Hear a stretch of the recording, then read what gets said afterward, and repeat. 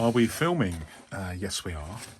This is another mail time. I did decide initially to stop doing mail times, but I think they're a bit of fun, so I might do them occasionally. And this is the second one this year. This is actually, despite the Amazon packaging, it's actually an eBay purchase.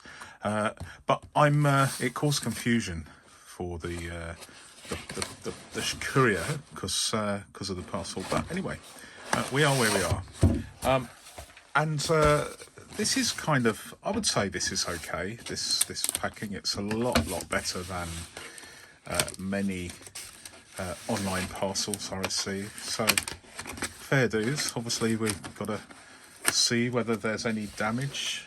This is indeed a Filofax. So. It's always an interesting thing, but here we go. So, as you can see, this is a Winchester. The Winchester. This has seen better days, and I like that because it's an interesting thing to me. But just to start with. I normally focus on the flatability and the rings, but this is an unusual one. Let me just focus on this. So there's obviously some sort of, it's lost its popper, it's lost its cover, and you can see that. I don't know which lens is better. Let's try that. That's probably a little bit better, actually. It's lost its plastic popper cover, as all virtually all vintage ones do. And then the seller or the user of this at some point has put some sort of black material in there to sort of make a pseudo popper, and then that material itself has worn away. So this is interesting because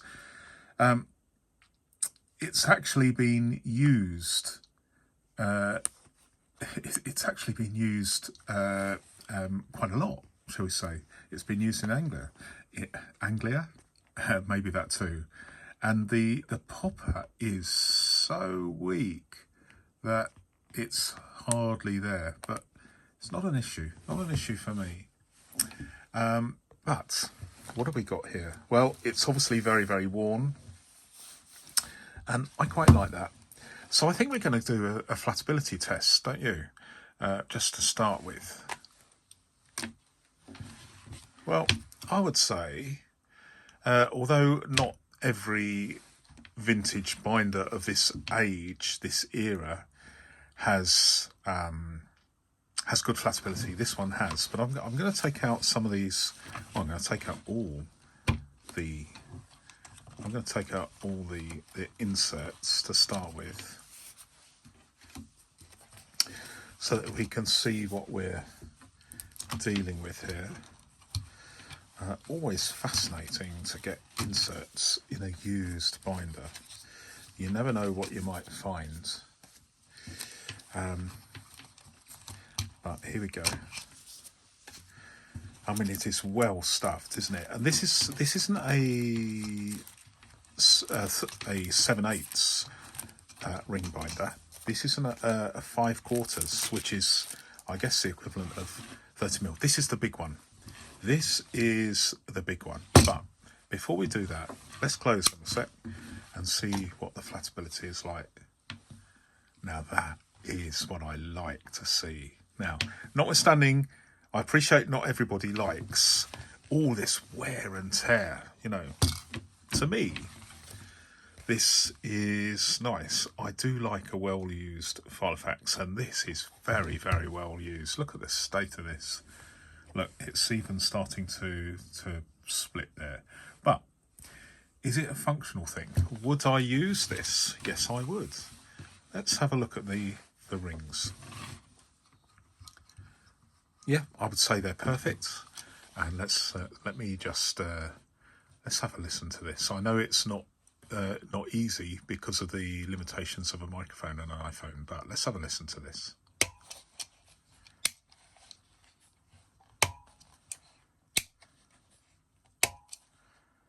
Well, that passes. I would say, does it pass my test, my oral and aesthetic test for rings? Well, there's only one. There's only one way to describe these. They are nice, not sensational. I have come across better on earlier Filofaxes, but these are very, very nice. And you know, it's obviously had a hard life, and you know, it came well stuffed with inserts. But in fact, I would say it's overstuffed, which causes a lot of pressure on the rings. But if this is how it is used, it's testament, that's the word, testament to the quality of rings, ring mechanisms in this era of binder. And it says here, let's just zoom in again. So, Filofax, made in England, 4 CLF, so calf leather, 5/4, which indicates the size of the rings, and then real calf. And this is the real deal. I would call it the real deal because it is everything I want in a binder. It doesn't have to be calf leather. I mean, it could be something exotic, and I wouldn't say no. I wouldn't complain about that. But this is everything I look for in a binder. I'm not a big fan of pockets, but if I'm going to have pockets, these are the pockets that I would like. So you've got a flap that also lends itself as a ring protector, but I'm not that fussed about that.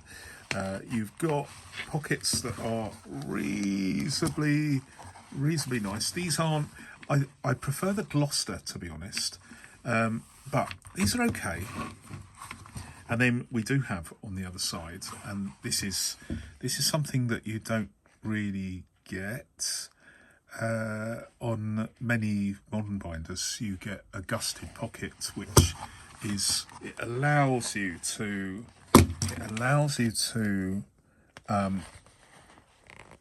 use it, you know, properly. And this is nice leather. You can feel it's a nice piece of leather. And are the sides leather? Yeah, the sides appear to be leather as well. The gussets. As far as the pen loop's concerned, let's have a look at the pen loop. This is kind of turning into a review, really. So I think I will probably just have this as a mail time and you know, maybe review it some other time. But pen loop, really nice, as you know. I just like it. It's a very, very honest. It's a very honest Filofax that has had a lot of wear. And I would, if I had one Filofax and someone gave me this and said, "Would you be happy to have this as a Filofax?"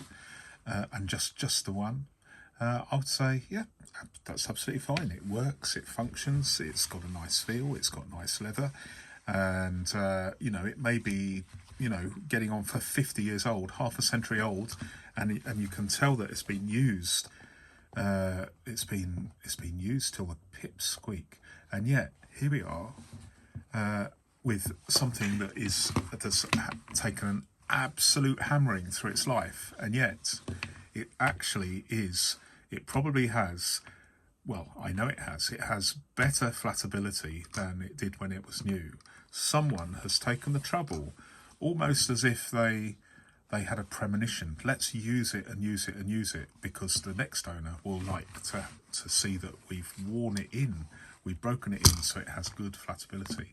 And that is something that you just don't get with a binder that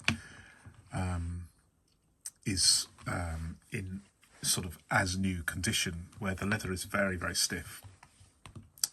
It takes a lot of time to get a binder like this. So as far as I'm concerned, this is a really, really nice find.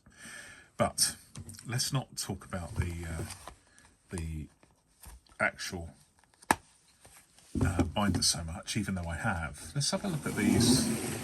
Let's have a look at these inserts, because this is where I find it very, very interesting. Okay, so you get the ubiquitous ruler. Okay, this one dates from 1991, so it's, you know, I don't know whether it's contemporary with the binder, but or not. But we get some address. We get some address pages. Okay, when were these made? These were copyright 2003. It's interesting. It is interesting, isn't it? I mean, if you look at those symbols, there's a picture of there's a picture, and then there's a picture of a letter, and then they've just got written email, and then there's a picture of an old style telephone, and then instead of saying mobile or something like that, they've got a picture of a vintage telephone, and then there's space for a fax number. Well, there are a few places in the world. I believe Japan still use fax numbers, but there's moves to abandon that. I even had a mobile phone once that actually had two numbers.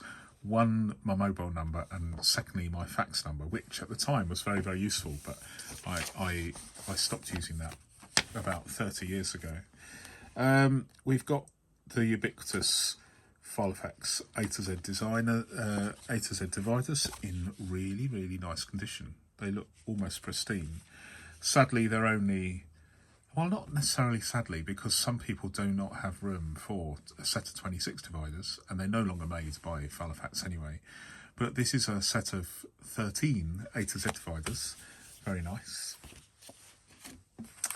Then we have some paper that is aftermarket paper from some manufacturer or other. Really interesting. So there we go. Then some more paper, and although this isn't Filofax paper, I always find a use for this sort of stuff. And then what do we got here? We have some coded. I'll have to have a look at that. We have some coded. I think this is single entry bookkeeping paper. I may be wrong. Let me know if I'm wrong. But there is a code here. It says 502/S, but it's not actually listed as Filofax paper. But there's a whole watch of that. Interesting. Then we've got personal expenses. This has a copyright of 1991. Fair enough. Then some notes. How many notes? Well, we know that these come in a new Filofax. These have a copyright date of 2003. Then, interestingly, and this is indicative of how long this has been used, these very, very faded and yellowed dividers, you know, the ones they used to supply in a Filofax. There's one missing here, which is diary. But they've actually been reinforced. Well, this one's been reinforced with reinforcing rings. On the back you can see, and these date from 1985, so that could be contemporary with the binder. But you can see that they've been elongated. This one has been elongated quite a lot, and this one has, and you can see that they've been used. This one has been reinforced as well. So someone that has used this and used this and used this as a working tool. We have some to-dos, quite a lot of to-dos. Oh, maybe not too many. And then some personal finance. I never really rate these because there's a shopping basket there and a it almost looks like a saucepan, doesn't it? But it's actually a stack of coins.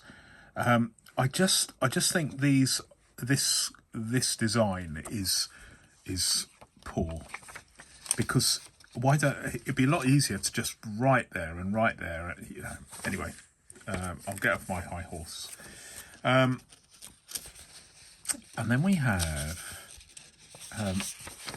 Let me try and find these.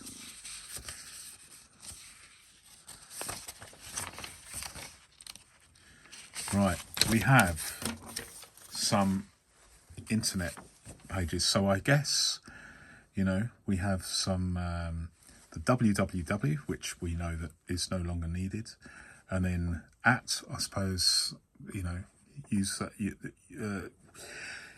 See what you will in there, but these are interesting. They are, this to me shows that the internet is, the early. This reminds me of the early days of the internet. Fascinating, and so it goes on. We have some more paper, and I'm quite pleased about this because if you buy this paper from Filofax, in packs of 20, it's very, very expensive. This is, for me, the gold mine, the treasure at the end of the gold at the end of the rainbow. It is these. I love this colour, which is supposed to be salmon. You can't get them anymore, but my personal favourite colour is salmon. There we go. Quite a lot of papers there. Quite a few here. So this is a bit of a bumper discovery. Addresses, and this is multi-language addresses. So I'm not a big fan of those, but we are where we are. Another divider, then some more dividers. So there's more dividers here than you can shake a stick at. Then yet more paper, which is wonderful. And then another set of dividers. But interestingly, a set of dividers, but with no AB and no YZ. So that's not really, that's fairly pointless. Now I believe this divider has come from a Filofax, or a Mulberry. In fact, it might be from a Mulberry. I don't know. Goals, projects and priorities. No idea where that came from. Again, these might come either from Filofax or Mulberry. Not quite sure. A plastic wallet, a card wallet, then here we go. We do have a diary insert. These maps used to come in every Filofax. I don't believe they do now. It is the way of things. And we still go on. These are some aftermarket address inserts, which I don't know what I'm going to do with these, but they're always, everything is useful. And then we have some graph paper. This is interesting because it's actually got a tab there called Data Bank. I don't know whether that was put on or whether this is, this is all part of the same aftermarket product. Really don't know about that. Interesting. More yellow paper, which I actually use this quite a lot, the yellow paper, because when I buy a Filofax, I quite often I harvest this colour and put it in a box, and then I just use it as is. Some more cards, things, and then finally, Double Smiths Get Organised ruled white paper, 35 sheets. That's an unusual amount for £1.45. So probably at least 10 years ago. looks reasonable quality, but there we go. So all in all, quite an insert haul. No rare inserts, but a whole bunch of useful inserts, and then they all fitted into this rather marvellous, rather worn binder that I like, because the rings are very, very high quality. I don't know who makes these, but it doesn't have a Filofax overstamp here, but they are nice, and the rings are all in alignment despite it being overstuffed, despite it clearly being heavily used, and it is 5/4 rather than 7/8, which makes this a very, very useful thing. And as we all know, back in the day, this binder would have been carried, presumably, by a businessman, maybe in London, who knows. But I do like the fact that the popper has been replaced with some sort of mastic or gunk or something, and then the binder has continued to be used until that is wearing. It is probably one of the most well-used binders I now own, and I like it. I like the fact that it's worn so much that the popper is almost not working, but it is still working. So, you know, I like it. I like that. I like that very much. Anyway, a bit of a long-winded mail time, but thanks very much for watching, and until my next video, goodbye.